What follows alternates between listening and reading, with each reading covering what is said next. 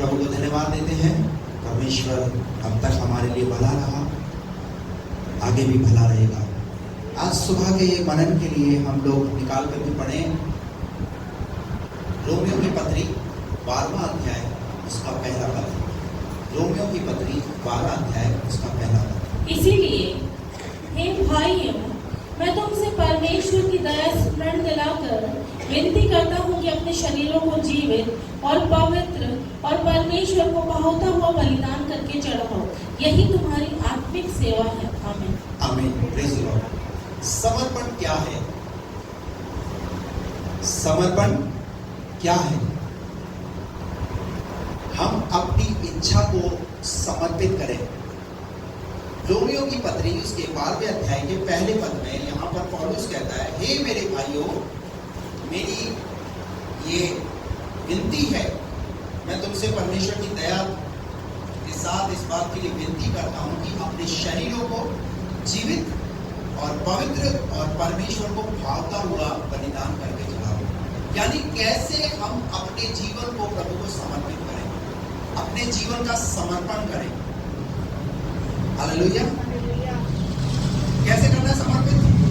अपनी इच्छाओं को, अपनी अभिलाषाओं को, जिन चीजों में हम अपने आप में उलझाकर हमने रखा हुआ है, तो पौलुस यहाँ कहता है अपने शरीरों को जीवित और पवित्र और जैसा परमेश्वर को भाता है वैसा बलिदान चढ़ाना है। पर हमारी लाइफ में हमें जैसा अच्छा लगता है हम वैसा करने का प्रयास करते हैं, ना कि जैसा परमेश्वर को अच्छा लगता है वैसा नहीं करते। बात समझ में आ रही है आपको? जैसे मान लीजिए जब हमारा प्रार्थना करने का मन करेगा तब हम प्रार्थना करेंगे, जब हमारा वचन पढ़ने का मन करेगा तब वचन पढ़ेंगे, जब चर्च जाने का मन करेगा तब चर्च जाएंगे। अपनी इच्छा। भैया अपने शरीरों को परमेश्वर को जीवित चढ़ाओ, जैसा परमेश्वर को आता है वैसा बलिदान करके चढ़ाओ। ये तुम्हारी आत्मिक सेवा है, ये है एक सही समर्पण। अपने समर्पण को ठीक कीजिए, अपने आप को अपडेट कीजिए। लैपटॉप, मोबाइल ये अपडेट मांगते हैं? बताइए ना, ये एप्स जो है इसमें अपडेट मांगती नहीं मांगती? तो क्या करते हैं हम उन्हें समय समय पर अपडेट करते हैं। अपडेट क्यों करते हैं? अपडेट इसलिए करते हैं ताकि ये चलते रहे, काम कर सके। ऐसे ही आपको समय समय पे अपने आप को अपडेट करने की जरूरत है परमेश्वर के वचन के आधार पर। अगर परमेश्वर का वचन कह रहा है कि तुझे अपने शरीर को जीवित और परमेश्वर को पवित्र और जैसा उसको अच्छा लगता है वैसा तुझे बलिदान चढ़ाना है, अपनी नहीं भैया, अपनी इच्छा नहीं। भूल जाओ, तुम दाम देकर मोल लिए गए हो और अपनी देह के द्वारा परमेश्वर की महिमा करो। जितना समय हमने पहले संसार में बिताया वो काफी था, लेकिन अब अगर हमने प्रभु के साथ चलना शुरू किया है तो प्रभु के नियमों के अंतर्गत अपने आप को लेकर आए। बात समझ में आ रही? प्रभु के नियमों के अंतर्गत लेकर आइए अपने आप को। जो गवर्नमेंट जॉब करते हैं, अगर वो गवर्नमेंट के नियम के अनुसार अगर वो नौकरी नहीं करेंगे तो क्या होगा बताइए? डॉक्टर साहब क्या होगा? पता है क्या मिल जाएगा हाथ में? ये लो आप घर बैठो, क्योंकि आप तो अपनी चला रहे हो, आप तो हमारे नियमों को तो फॉलो कर ही नहीं रहे। समझ रहे आप बात? लेकिन खुदा के घर में, खुदा के साथ हम कैसे चल रहे हैं?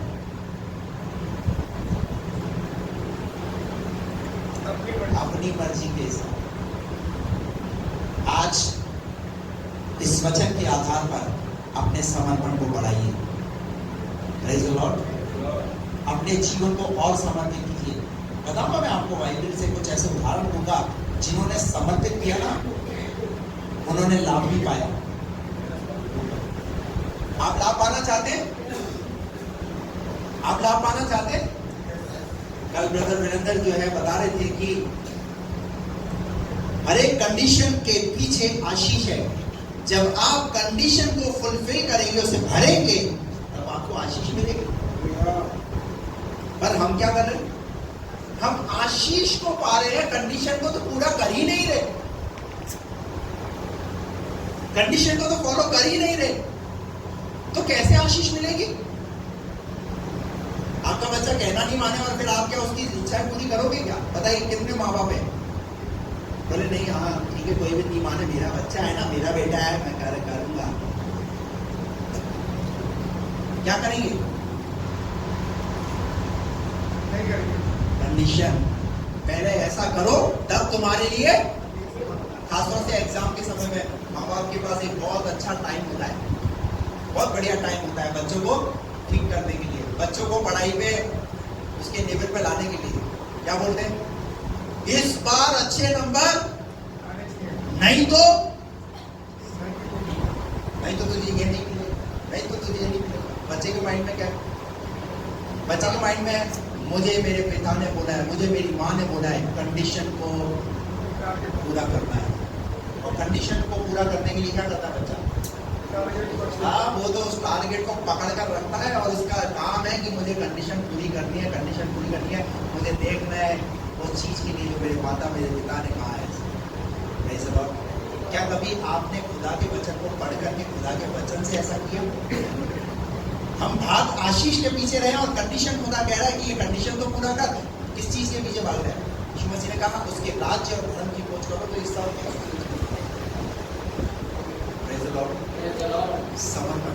कुछ लोगों के समर्पण के बारे में बात करूंगा यहाँ पर निकाल कर पढ़ेंगे हम। पहला व्यक्ति जिसके विषय में बाइबल समर्पण के विषय में बताती है, देखिए उसके जीवन से क्या क्या उसने क्या समर्पण किया, सीख कर जाना आज इस बात को।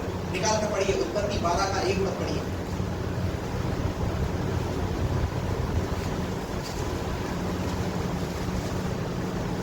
यहोवा ने अब्राहम से कहा, यहोवा ने अब्राहम से कहा, अपने देश और अपने कुटुंबियों। सुनिए, देखिए अब्राहम का समर्पण, देखिए अब्राहम का समर्पण। परमेश्वर क्या बोल रहा है अब्राहम से? अपने देश, अपना देश और अपने कुटुंबियों। दूसरा अपने कुटुंबी और अपने पिता के घर को, और अपने पिता के घर को छोड़कर उस देश में चला जा जो मैं तुझे दिखाऊंगा। हेलो, क्या क्या छोड़ने के लिए बोला? क्या करेगा समर्पण? क्या करेगा मेरी इच्छा पूरी? क्या जैसा मैं चाह रहा हूं वैसा करने का प्रयास करेगा? बहुत मुश्किल है। अपने देश को कैसे छोड़ सकता हूं? अपने शहर को कैसे छोड़ सकता हूं? कैसे प्रॉपर्टी को छोड़ सकता हूं? अपने पिता के बने बनाए घर को कैसे छोड़ सकता हूं? उस जगह भेज रहे हो जहां पर मेरा खुद का कोई घर नहीं है। बहुत मुश्किल है। परमेश्वर समर्पण की मांग करता है। हालेलुया। और क्या लिखा वहां पर? और मैं तुझसे एक बड़ी जाति बनाऊंगा और तुझे आशीष दूंगा और तेरा नाम महान करूंगा और तू आशीष का मूल होगा। अरे कंडीशन क्या है? पहले ये कर, मैं तेरा नाम महान करूंगा, तुझे आशीष का मूल बनाऊंगा। और 4 पद में लिखा है क्या? यहोवा के इस वचन के अनुसार अब्राहम चला। Praise the Lord. Hallelujah, hallelujah. क्यों लिखा है अब्राहम के लिए यहोवा के वचन के अनुसार चला? इसका मतलब अब्राहम ने डिसीजन लिया, मेरा बुलाने वाला मेरा परमेश्वर अगर मुझे कह रहा है इस चीज को छोड़ना है तो मैं इस चीज को छोड़ूंगा और उस जगह पे जाऊंगा जहां मेरा परमेश्वर लेकर के मुझे जाना चाहता है। Praise the Lord. एक और समर्पण देखिए अब्राहम का, निकाल कर पढ़िए उत्पत्ति 13 का 8 और 9 पद पढ़िए। तब अब्राहम लूत से कहने लगा, मेरे और तेरे बीच और मेरे और तेरे चरवाहों के बीच में। सुनिए, अब्राहम निकल तो गया अपने पिता के घर से, पर उसके साथ निकलते वक्त में उसका भतीजा उसके साथ हो गया, जिसका नाम क्या है?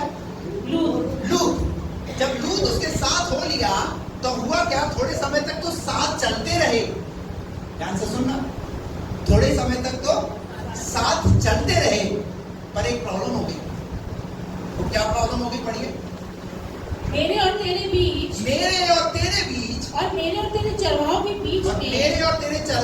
बीच में झगड़ा न होने पाए। क्या ना होने पाए? भैया इस चीज से बड़ा डर। हेलो, जो आत्मिक जन है ना, जो प्रभु का जन है, वो काहे से डरेगा पता है? बोलिए ना। और कुछ लोग क्या है, जब तक झगड़ा ना कर ले तब तक तो ये डाइजेशन होगा नहीं, तब तक तो खाना बचेगा नहीं। अब्राहम किस बात से डर रहा है? परमेश्वर की बुलाहट को पूरा करना है। अगर झगड़ा रहेगा तो मैं आगे कैसे परमेश्वर की बुलाहट को पूरा कर पाऊंगा? ध्यान से सुनना, अगर झगड़ालू स्वभाव है आपका तो बचिए, आप परमेश्वर की इच्छा को पूरा नहीं कर पाएंगे। बहुत सारी ब्लेसिंग्स परमेश्वर ने आपके लिए रखी है, अगर आपका झगड़े जैसा स्वभाव होगा तो आप अपने ही हाथों से अपनी आशीषों को खो दोगे। ठीक कीजिए अपने आप को, अपडेट कीजिए इस चीज में। Praise the Lord।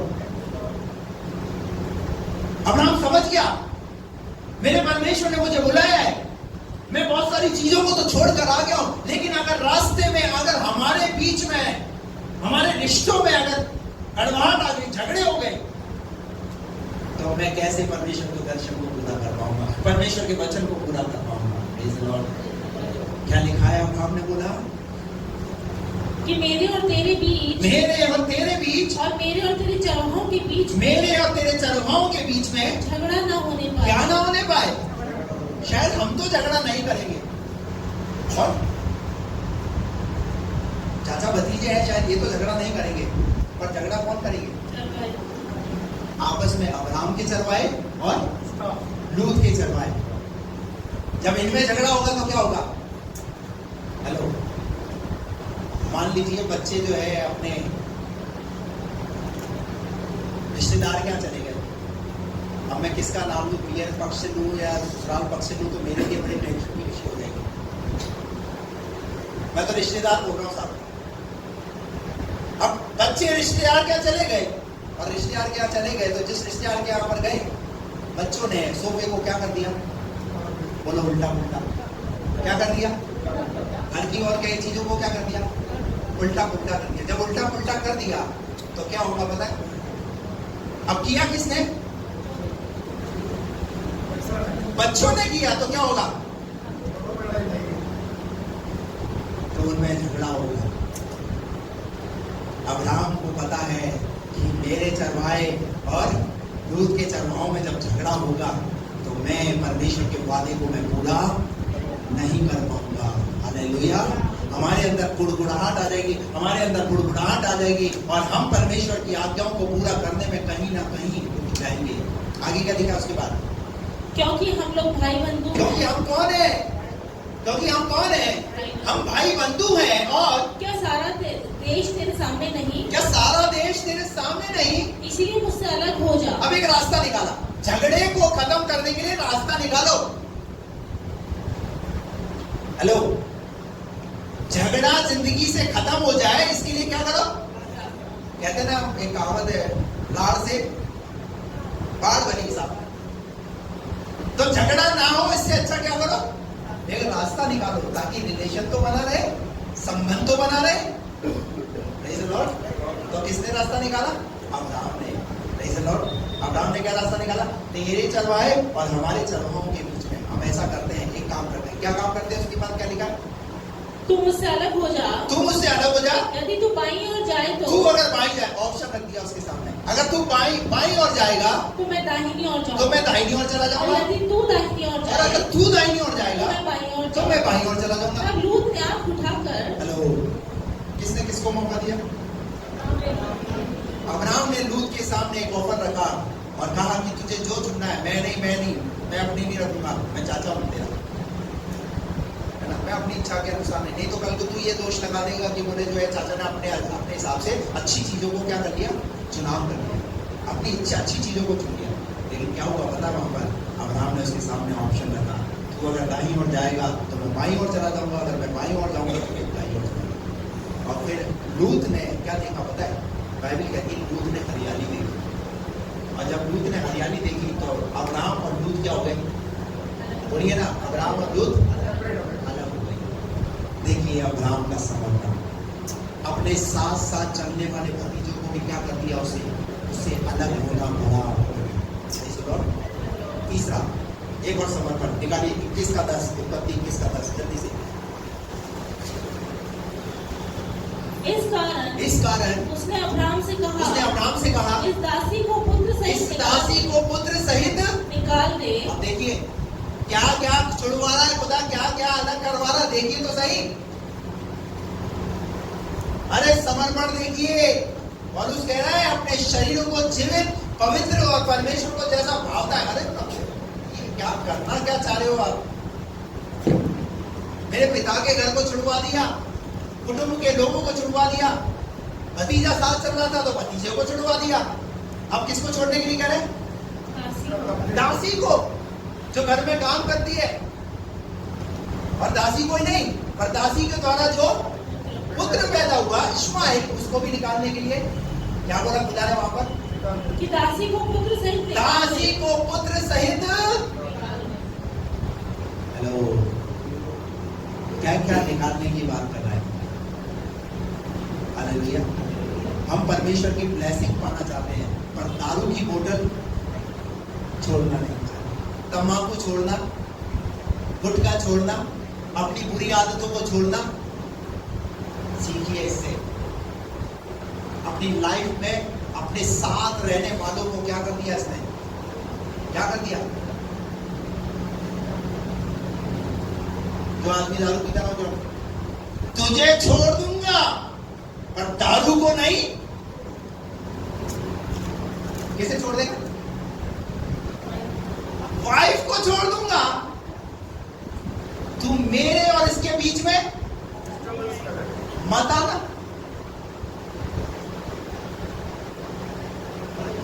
शराब इतनी बड़ी चीज होगी, देखो आप क्या क्या कौन सा स्थान ले लिया उसने?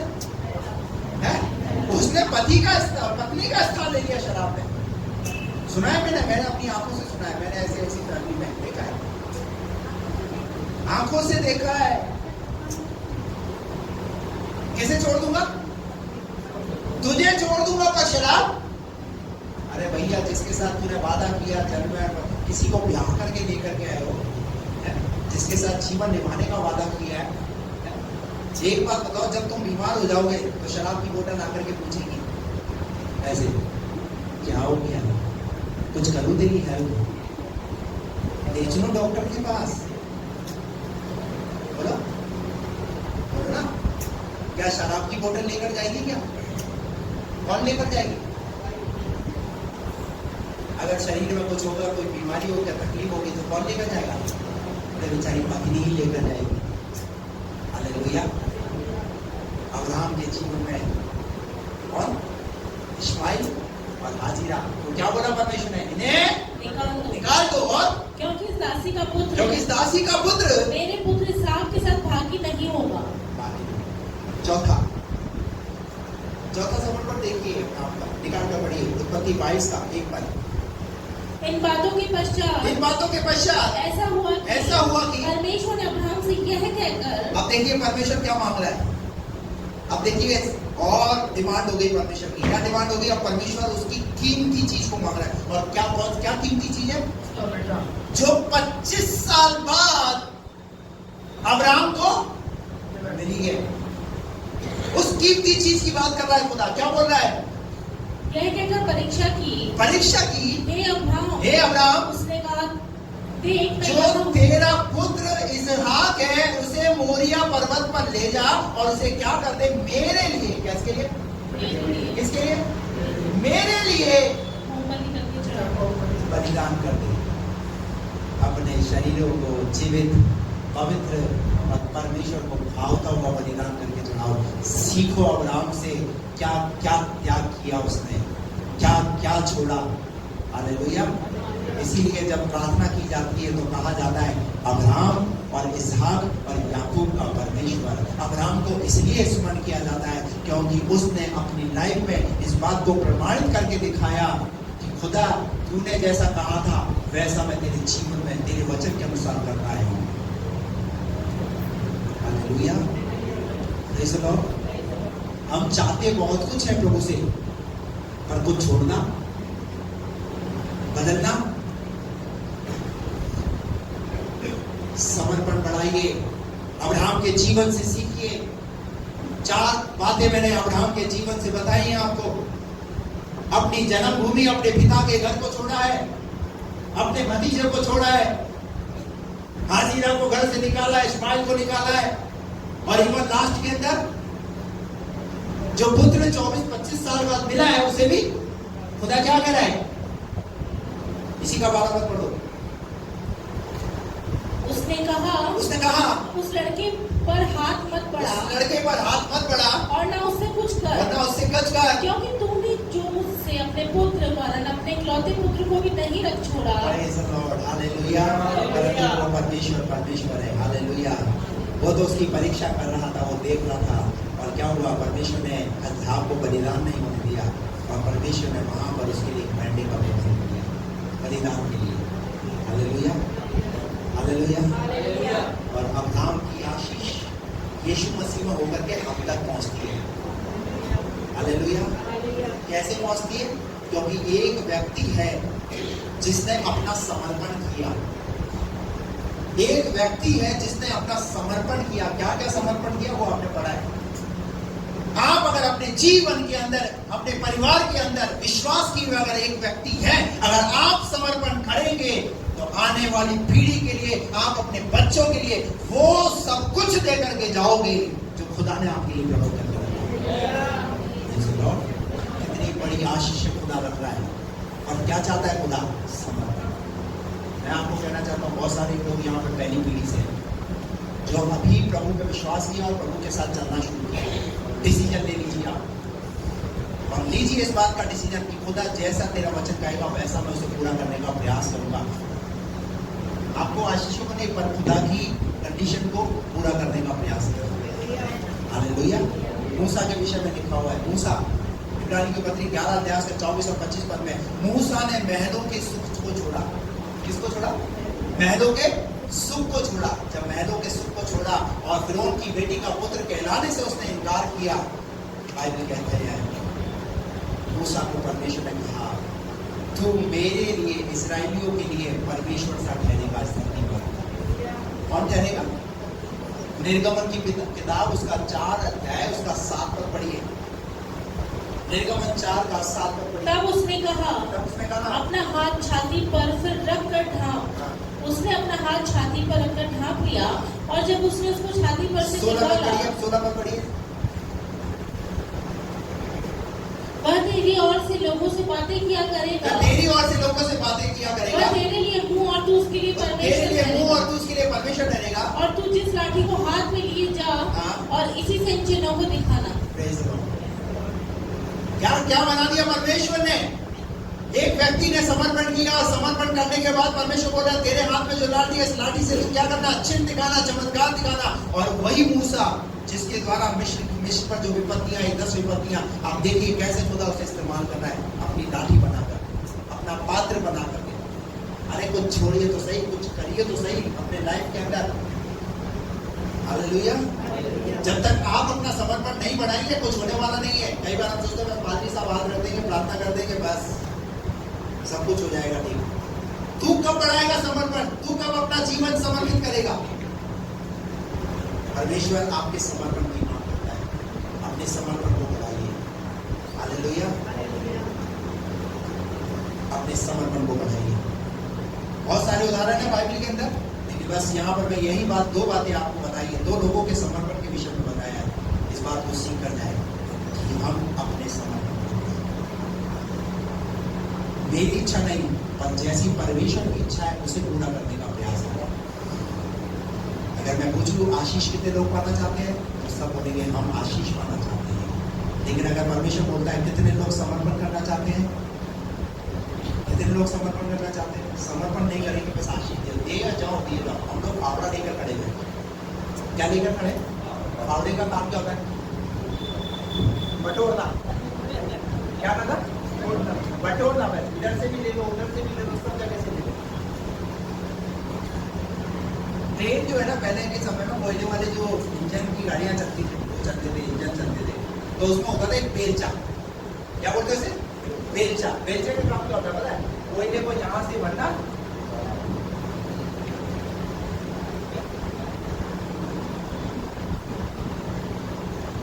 क्या पकड़ा हुआ है? हेलो, आपने क्या पकड़ा हुआ है? सही बोले। क्या पकड़ा हुआ है? अरे बेलचा भी लाओ भाई। Praise the Lord. मैंने विश्वास से इतना बड़ा बॉक्स बनाया। जब ये खुलता है ना तो सिक्कों के अलावा कुछ नजर ही नहीं आता, क्योंकि क्या है?